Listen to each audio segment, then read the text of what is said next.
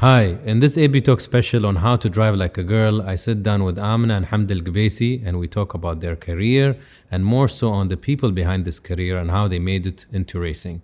Hope you enjoy it.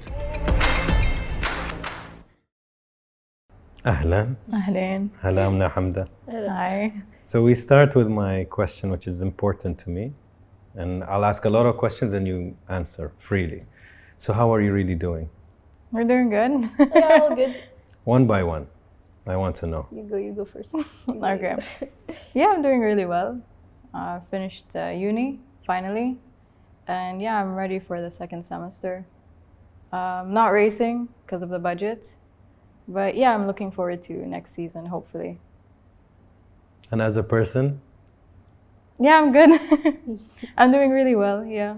happy? Happy, always happy. Always, I don't believe, but happy, I believe. Yeah, not always, but it's always good to think positive. Think that you're happy, fake it till you make it. In a way. If you bring that sentence, we will have a 10-minute debate.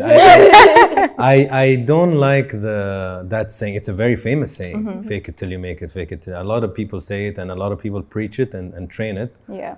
I personally don't like it. I'd rather say believe it till you make it. True. The yeah. fake it, I'm sorry, I'm answering on your answer now, but I feel if you fake it, but subconsciously you don't believe it, it never works. So let's say somebody wants to be, a number one driver, and he fakes it and he acts and he has this ego and he's whatever, right? Overconfident. But deep down inside, when he goes home, he thinks he's shit and he's never gonna be that good. Yeah. He doesn't believe it. So I don't think that his fake it till you make it will ever work because he doesn't believe it. True, But yeah. if you actually think, I am good enough to be the number one racer, first maybe MENA, then global, then whatever, and you really believe it, but you're like, I need to work, but I believe I have the potential. So I like believe it till you make it, then fake it till you make I'll it. start using that now. Yeah, that's actually a good point.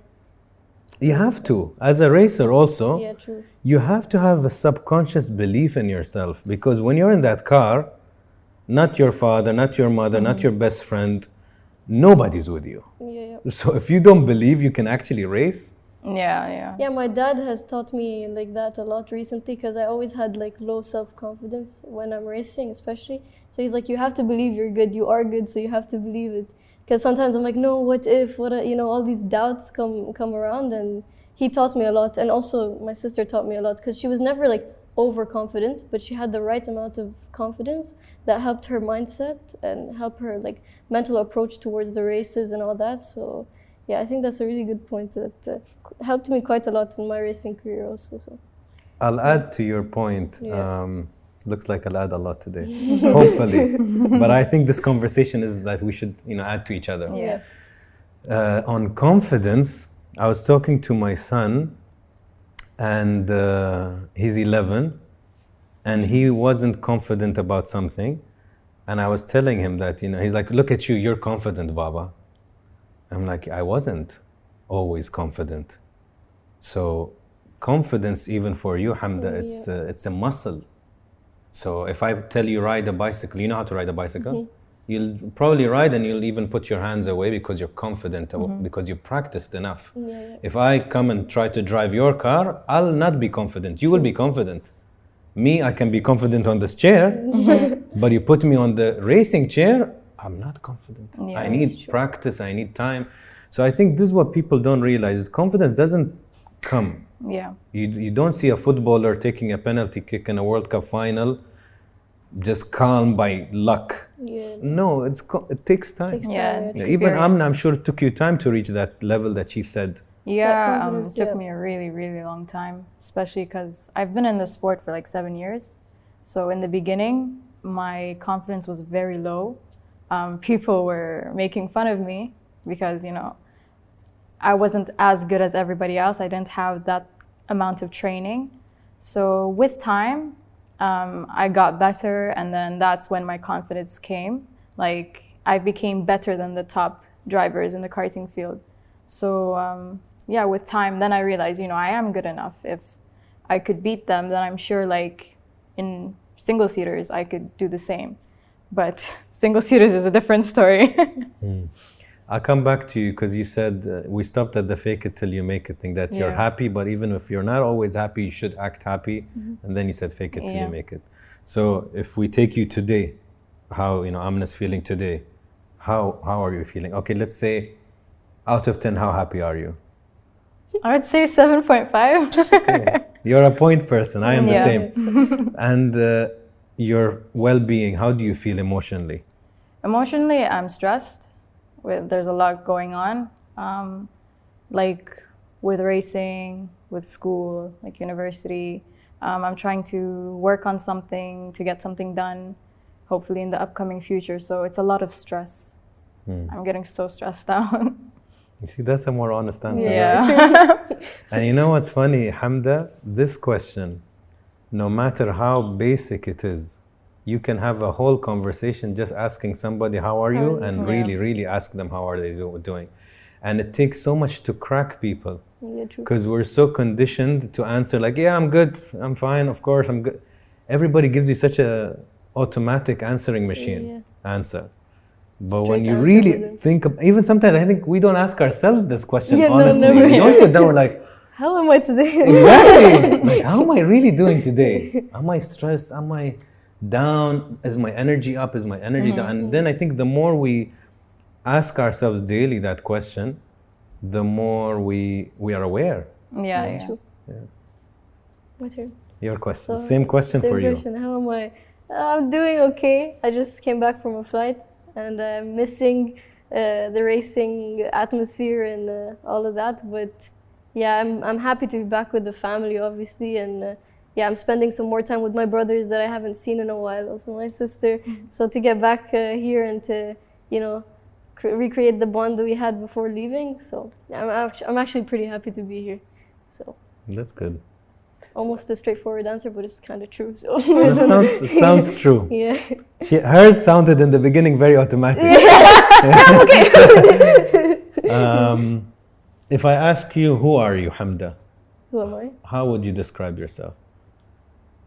So should I say straight facts about me, like my name, my age? There's no should. So you say what you want to say. I feel like I would describe myself as basically a racing driver, almost full time, because I do spend most of my times in the racetracks, never really around the family as much, or even around friends as much.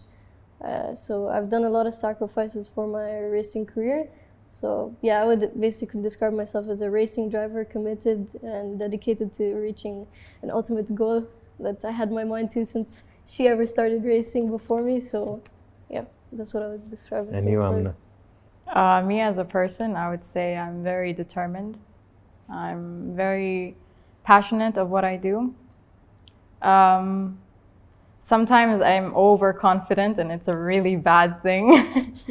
My father keeps telling me, overconfidence, you need to go down a bit. And yeah, I'm the type of person who's really strong-minded. I don't really care what other people think of me. I don't really care, how, people will compare me to other drivers. I'm very I'm in my own lane. I'm here for one thing, for experience, for the fun of it also, so yeah. And I'm the opposite of that, what she said just now. Literally the complete opposite. I care too much of what people think of me. I care too much of what racing drivers, what my competitors think of me, if I'm good enough, if I'm not good enough, on track, off track, whatever it is. So yeah, that's why my dad says to be more a bit in the middle. So don't care too much, but then don't care at all. It has to be a balance. But yeah. The interesting thing is there's no one route for success. Like her route might be one route and she can be successful. Your style and your personality can be a completely different one. Yeah, true. There's no one. If there was one, everybody would take that route. And it would be easy. Everybody will be. You have to just carve your own persona. You meet some professionals that are really down to earth and they're successful. There are ones that are very arrogant and successful. And still, yeah. It is what it is. Both ways work. Okay, so yeah. We were at you telling me about your personality and how you describe yourself. So in your own lane, strong-minded, you don't really care too much what people say. Yeah. And you think your personality has served you? Yeah, I think it's when I started racing, it shaped me. Before racing, I was like my sister. I would never stand for myself. I would always stay quiet. I would always care about what people think about me. But then in racing, with time, it built me. I've been racing with men, so they were very aggressive. The way they are, the way like when I'd be called to the stewards with another male driver, the way he shouts and talks, you know, that started building in me, and I'm like, I have enough. I'm gonna start shouting now. So yeah, it built me. Nice. Girls, your childhood, how was it? Fun, so fun. I want to go back in time. Yeah, it was so fun. It was actually really fun. We would always go on family trips almost every weekend. We were always around each other, so you know, sometimes arguing, sometimes fighting, but then most times so having many fun. stories. So, yeah, so many funny stories, memories. So yeah, like right now, since like we all have almost like our own lives, so with studying, with racing and all that, so we're never really with each other. And also my brother, he does kickboxing. Nice. And so he's training a lot, but then racing is completely different than kickboxing. So then he has a different interest, but we still come together and talk about our interests and so on. But then being like far away from each other is a little bit difficult. I wish we could go back to how it was. Well, yeah. You know what's funny? I think sometimes we romanticize the past. That even if we do end up going, it's not the same. True, yeah. We just like the memory. We make it grander. It doesn't mean it wasn't a good memory. No, but true. it was good in that experience. Like At when I go time. back to my college city, I went once. I'm like, is this what I was? But at that time, it was wow, you know? And everything looked much bigger. And yeah, true. And you think the childhood was the same? Yeah, pretty much the same. We would play outside. We didn't have phones, we didn't have iPads, we didn't have anything. So we were like living our childhood. We'd go to friends' house, they would come to our house, and the days felt longer, basically. Yeah. Were your parents strict, like with technology? Yes. Yes, very strict. Yeah. Oh, really? Yeah, it was only a certain age that we're allowed to have a phone and so on. I got my first phone when I started university. Really? Yeah. And you think it's a good thing? You would do the same for your kids? I think, yeah, it's a good thing because like, now seeing kids nowadays, you know, I would be like in shock. So I was like, thank God, because I would have done the same. Because it's very addictive. Yeah, because like right now when we have our phones and so on, we're not as addictive, like because we didn't have it in such a young age. So, and then like everything we do in it is basically just, for example, to stay in contact with friends or for racing, basically our accounts and so on. But yeah, I think it was a good thing that they did. Because we honestly lived like a better life together. Now, like it's with our phones right now, like we don't interact as much as we used to. So I wish we could throw them sometimes and just throw them in the ocean. Throw them and stay together. Yeah. Yeah, you can put rules. Like one, we have to accept that smartphones are here and they're gonna stay most probably. Social media is here to stay. So the question is not how to get rid of it, but how to manage it. Manage it. So let's say you have a dinner and we say, okay, phones all silent. That's what my dad does in the dinner table. I think things like that force you to have nice stories and have a good conversation. But if every little second, for 2 seconds, you're bored and you grab your phone, it's a lazy approach. You don't even try to put an effort in talking. Yeah, no, I agree. Like my father gave us also like hours. You know, he would always tell us to send screenshots of how long we've certain hours, been on how the long we're on it, how long nice. we're on social media. Yeah, so and also on a race weekend, like we would have our phone actually taken away, or we choose to like put it away throughout the whole race weekend, so that we're not distracted or So we're always in that focus mode of like racing, and then after the race weekend, okay, you can have your phone back, check what's going on. So. Favorite colors? Yours? Oh, I like rainbows. Rainbow? Yeah, I love all colors. What if you had to choose one? I can't. Really? I swear. That's why my helmet is like full of colors. I can't decide. There is no one that if we had to choose that you're like, okay, this one has 1% an edge over everything. I would say pastel pink. Pastel pink, nice color. Why? 3 reasons. 3 reasons. I've been living like a pink life when I was young. You know, Barbies and my covers, my bed covers were all like pink. My outfits. Why did you say pastel pink? Yeah, pastel pink. Yeah, why? Yeah. Just reminds me of like, it's like a small Nostalgic? connection. Yeah, nostalgic. Okay, yeah. That's one.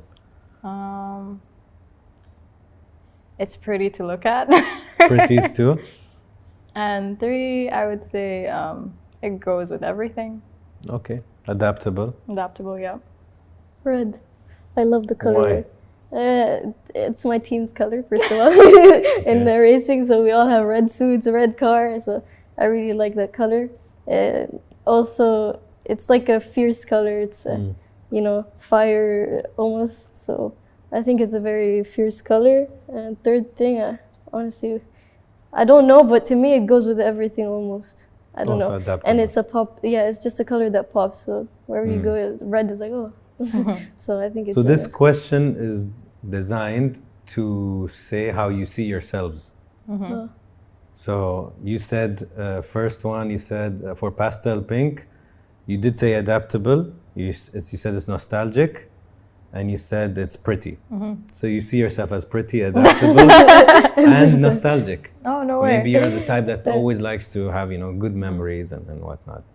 And for you, fierce, and it reminds you of your racing team. And you said that it's adaptable and it's poppy. Yeah. So maybe those are your personalities. Cool.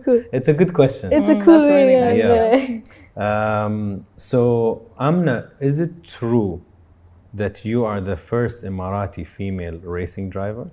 Yes, it's true. True. And how does that make you feel? In the beginning, I never really thought of it. I just thought, you know, I'm just a normal racing driver like everybody else. But then when I reached that point, I felt like I had a lot of pressure. I felt like I had to prove myself in every racetrack I go to.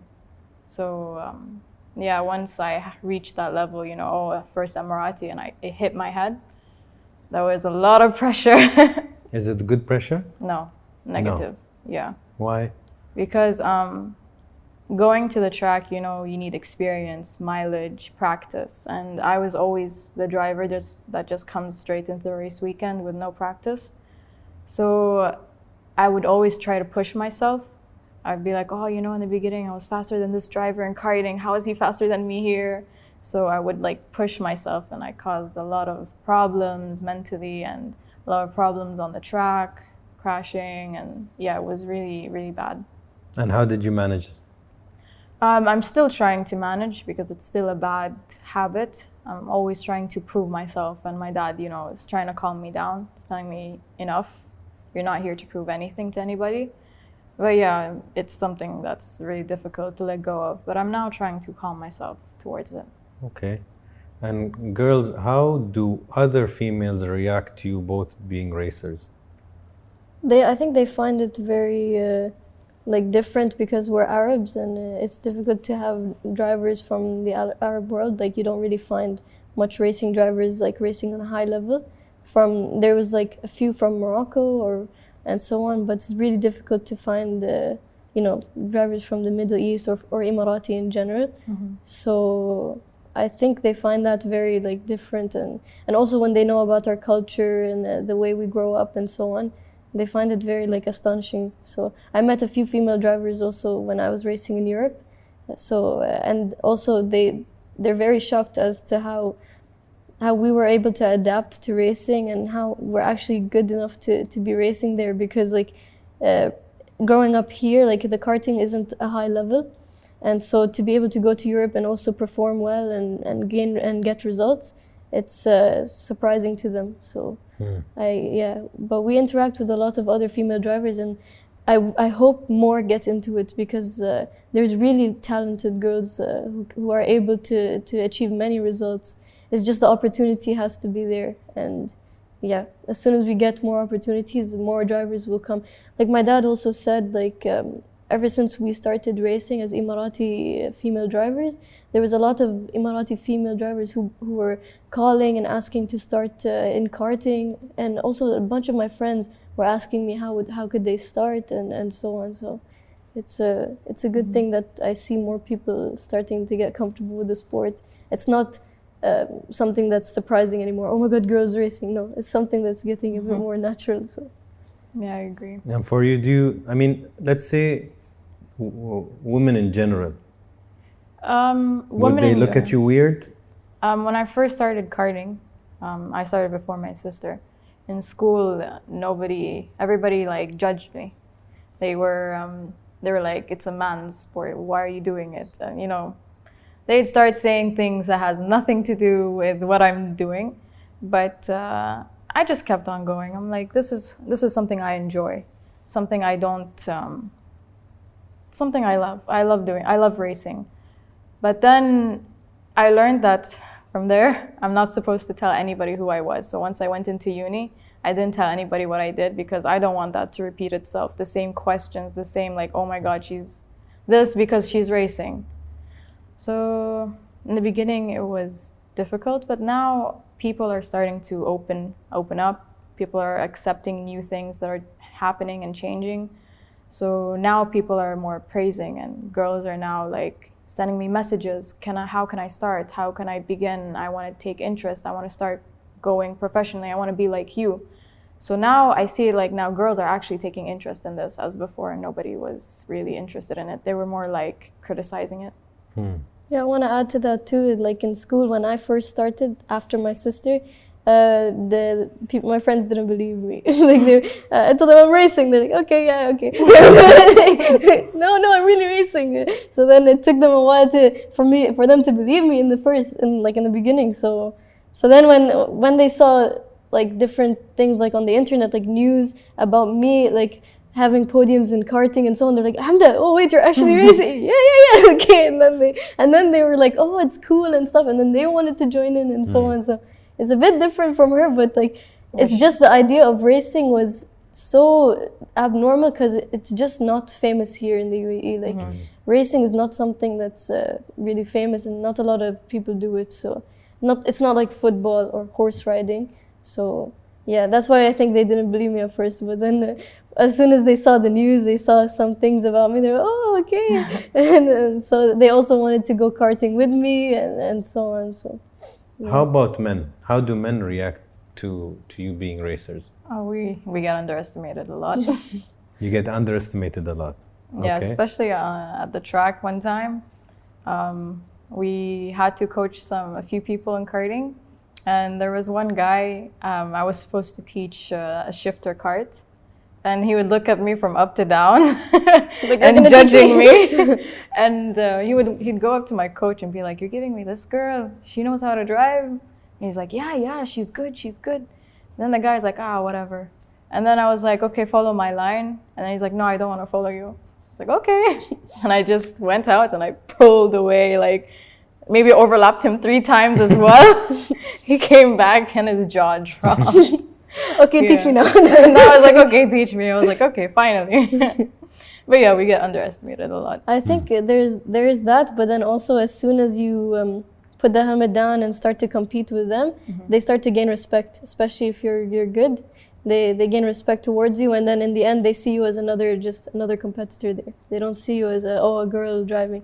But obviously, like if you're racing against guys and they get beaten by a girl, I think they also have that pressure. They get told, oh, you got beaten by a girl and so on. So I think that side also is what makes them feel worse. But I don't think it's them who's saying it or underestimating us. They just don't want to finish behind us because of that thing, you know. A bunch of times my coach told me, like, there was many drivers, if you finish ahead of them, they get told, oh, look, she finished ahead of you. How can she finish ahead of you, you know? Things like that. But then as soon as you gain respect from the drivers themselves, like racing in Europe, I gained a lot of respect from many other drivers just by getting results, just by finishing in the top step. But it takes that for them to gain respect towards you. It's difficult to have it once you're like a newcomer or a starter in racing. You don't really get that respect until you actually show pace and results. So, yeah. It's interesting, huh? That you have this idea that just because of your gender, by default, you should be worse than me in racing. Like just because somebody's born a male they should be They a should be better better. driver. Like, if you think about it, it has nothing to I do know, with it. yes, exactly. But yeah, it's a perception, and Yeah. it's a stigma that needs to be broken. So you girls are breaking things like that, which technically it should be completely fine. If the Should girl be is normal. better than you, then she should beat you, and it should be fine. If you want to be better than a male or a female, just practice more. Yeah, right? yeah, exactly. Yes. Train more and you. It's you very interesting, yeah. Yeah. So would you say it's fair to say that racing is a male-dominated sport? I think it is because there's just a lot of male drivers on track. I think if there was more female drivers on track, if it was like 50-50, I don't think it would be male dominated. But then because it depends again, because a lot of females' interests are not racing. Like most of them go other directions. But I think it's mostly because of the opportunities. Like it's hard to find opportunities given. And yeah, so I think for it to be called male dominated is something that's it's just there because it is kind of there's just male drivers. Like Yeah. in Europe, I'm one of 2 girls out of a 35 car grid.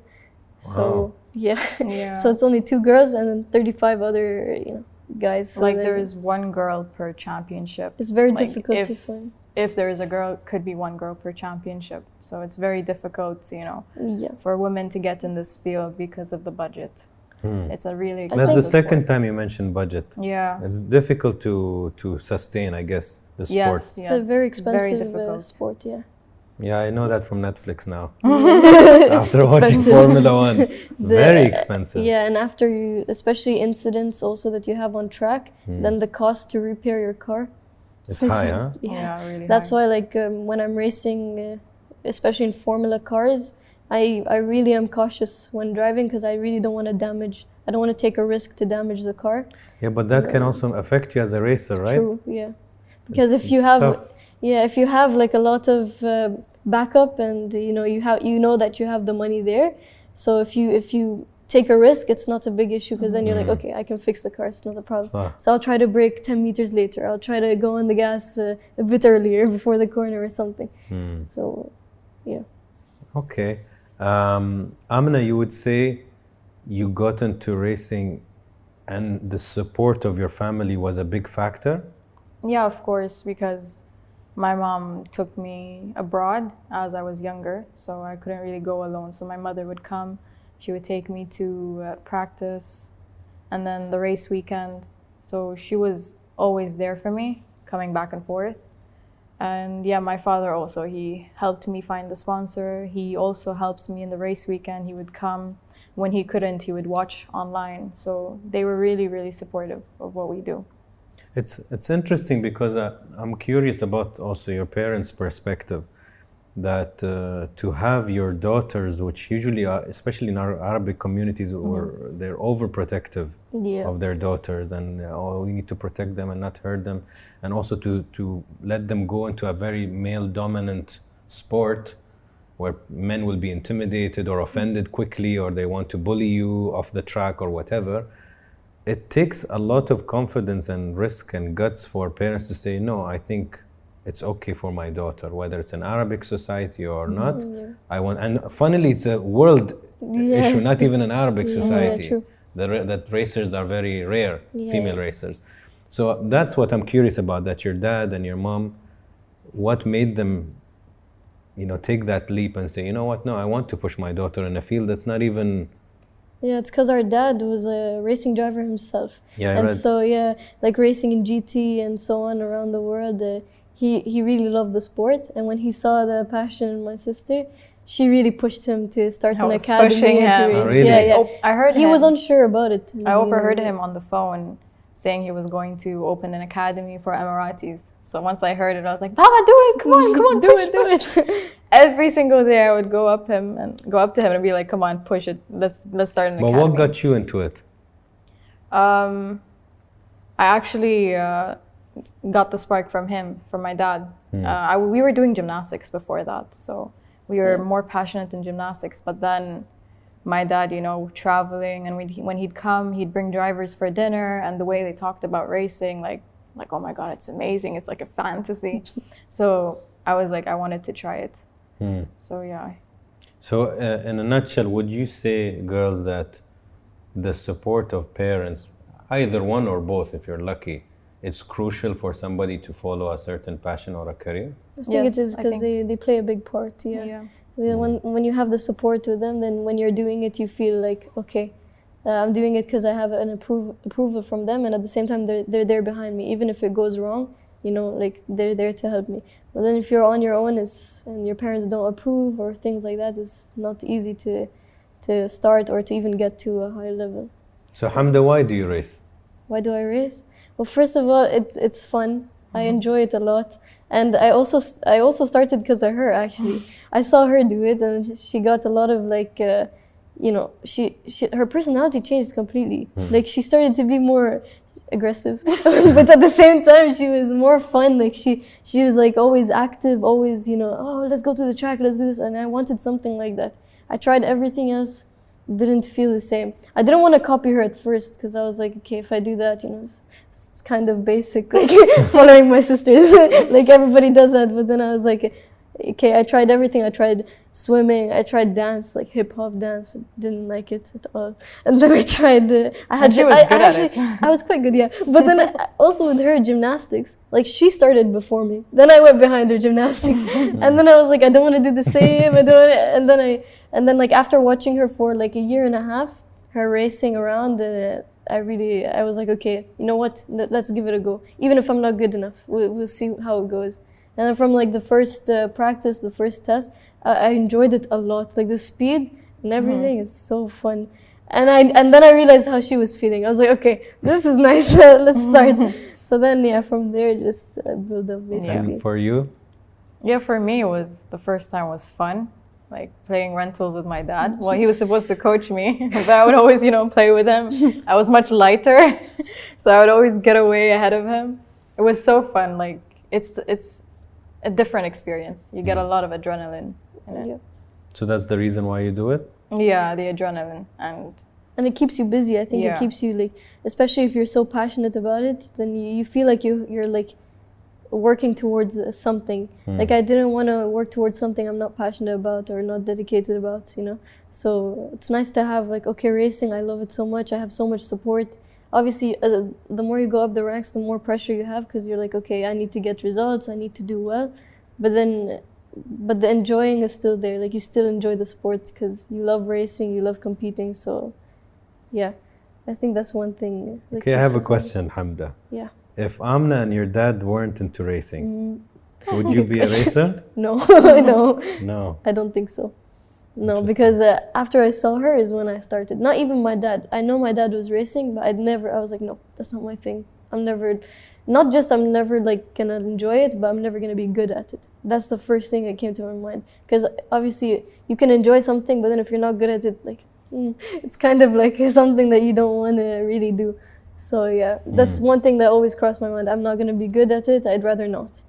And then when she did it, I was like, okay, I'm gonna do it. Thank you. She gave me like, she almost like carved the pathway, honestly, because she did, and she broke a stereotype, and then it's easier for you. Yeah, exactly. It was much easier for me to get in, to start racing. Also, everything she did, like I would learn from it. So if she did a mistake on track, okay, she did that wrong. Okay, I learned from it. I shouldn't do that. Nice. Or if she started formula quite late, okay, Hamda, we will start with you a bit earlier. If she didn't have much testing, okay, Hamda, you will have more testing.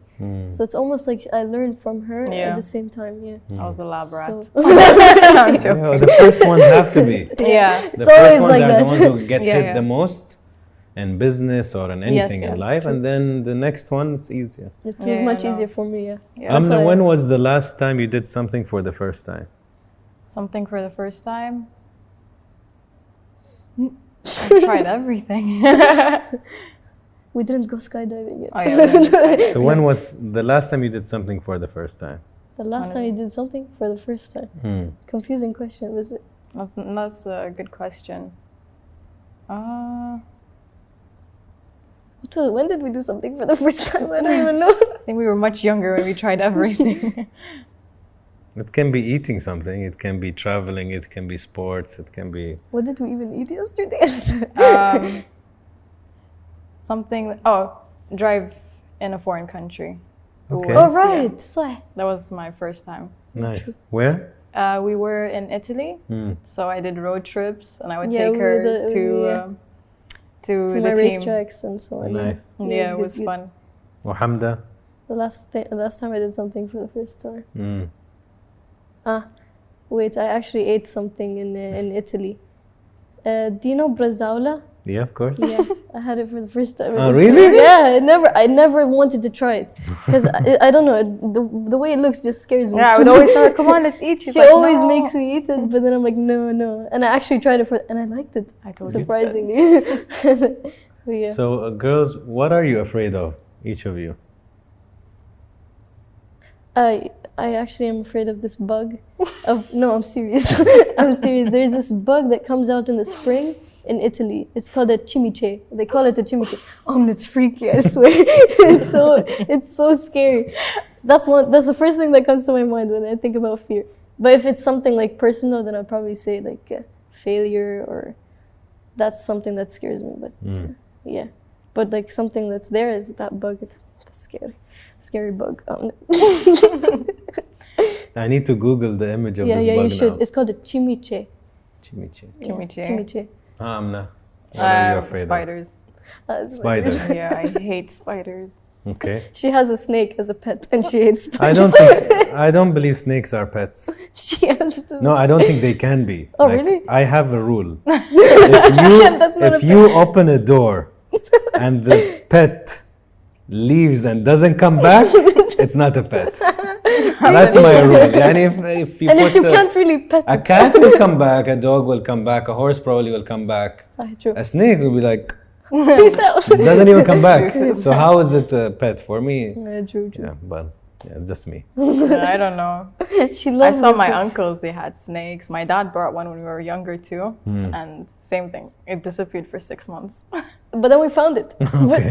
But we had to find it, like it didn't come back. So. Yeah, we had a cleaner. She was cleaning the cupboards and then she saw something. She pulled it and it was a snake. So, girls, I know you're both quite young, mashallah, but you mentioned the pressure that you can get from being an Emirati first racing driver and now second or third or fourth, I don't know, but probably in the top 5 or top 10 also. So as women, do you feel, before we end this, I'd like to give you girls this option or opportunity. Do you feel like there's a message or there's a point that you'd like to make to an audience, to women, whether in the region or outside, or even men? Is there a message that you're not only racing because it's a selfish thing, that of course you should be to a certain degree selfish and enjoy what you do, but is there a bigger point to what you're doing? Is there a bigger purpose or a bigger reason? And what do you think that is? I would say like people can do anything if they put their mind to it. I started pretty late. I started at 14. So as a driver, that was really late. And at the same time, I didn't have enough budget. I didn't have enough practice, training. And then I won my last F4 race. So with time, if I could make it, anybody else can make it. So it's just all about time and experience. Yeah, I was about to say the same. So like persistence, dedication. If you want something, you will obviously work hard for it, and you'll try to get it. And that something is racing for us. So it can be anything for anyone. And so if you just put your mind to it, you work hard, you will get there eventually. No matter how much time. It's different for everyone. Everyone takes their own time. Someone can do it in a year. Some others can do it in a few years, So yeah, for me, obviously it took a lot of time, as we are new to the sport basically since we started late. So yeah, but if you actually put your mind to it, you work hard, you will shock yourself, like I did to myself. I really shocked myself, like starting from not even thinking I would even join the sport to actually doing well. It's like a shock. So, and then you look back and you see how far you've come, and you're like, oh, but then there's still a lot more ahead. And to see how much you can get is something I want to keep doing, to see where I can reach. Do you girls take it as a challenge to break a stereotype that men are better drivers? Like, Not is it a really. personal thing, or you don't even care? No, I gender? don't really. We don't really look at it that way. I think it's just as soon as we put our helmets down, we're all the same. I just want to go out to get the best result. Everyone is on the grid to win, so that's one like thing that. that's on our mind. Yeah. Final one, which I just thought of, which I think I can adapt my usual question to this. Racing in one word for each. What is racing to you? In one word. In one Fun. word. Fun. Best. That's one word. Wanti? Uh-oh. خطت my word. Fun, enjoyable, it's probably the same thing, so I want to find something different. Racing. Racing. For Hamda in one word. What is it? Experience, I think. Experience. Probably, yeah. The feeling that you get, you mean? Yeah. Okay. Anything else you'd like to say? I think we're all good. I think we covered a very interesting topic. Yeah, I think so too. So thank you, ladies. Well, Thank you so for much. I'll having see you us. when you go to F1. Inshallah. One day. Inshallah. Hopefully. Thank you very much. Thank you. How was it? Really Inti, you're more talkative than I thought. ترى يوم Yeah, she's يوم the more quiet one. ترى when I came in I was like, okay, I'm not gonna say anything about the show, but like the questions you asked got me so like, okay, I will answer. I got so confident for the first time ever. I'm like, okay, I'll answer. I'm glad you're talkative. She has the elder sister demeanor where she'll just That vibes that she sits down and Yeah, goes, So she wants to talk. I'm like, okay, Yeah. I'll let her just talk. but it's good. I'm glad you shared some opinions. I think, look, girls, yani, for other girls watching this, you will be an inspiration. You will be an example, because God, not everybody has supportive parents. Most people don't, especially if they're looking for a field that is not typical. Most in the Arab world, if you're not, and I keep saying that we can't blame our parents, because for them success means lawyer, doctor, engineer. Yeah, true. Maybe now certain sports like football or whatever, they're like, oh, you can make money and you can live as a professional footballer. But to say I want to be a racer or a chess player or a gymnast or I don't know, a chef maybe now is changing, but the point I'm trying to make is a lot of the young people don't have supportive parents. They do not. So because they don't have that, they might think, I need a role model. I need an example to give me hope that if I actually like driving, it's not aib, it's not shameful. It is possible for a girl to beat anybody on the track, male or female. She can actually be a great driver. And if, like you said, she dedicates herself and hopefully finds budget, she can do something. So that's what I wanted this special episode to be about. You will see this. It has an effect. Maybe for us or for you girls, you would automatically take it for granted because you haven't lived a different kind of life. You've had supportive parents. But for somebody who doesn't have that or So it really supportive helped friends, you. it would help. It Yeah, breaks exactly. a stereotype. And for sure, I won't compete against you in go-karts. Yes, we should. You'll have to teach me. It would We be should, fun. we should. Yeah, inshallah, that'll actually be fun. Yeah, actually.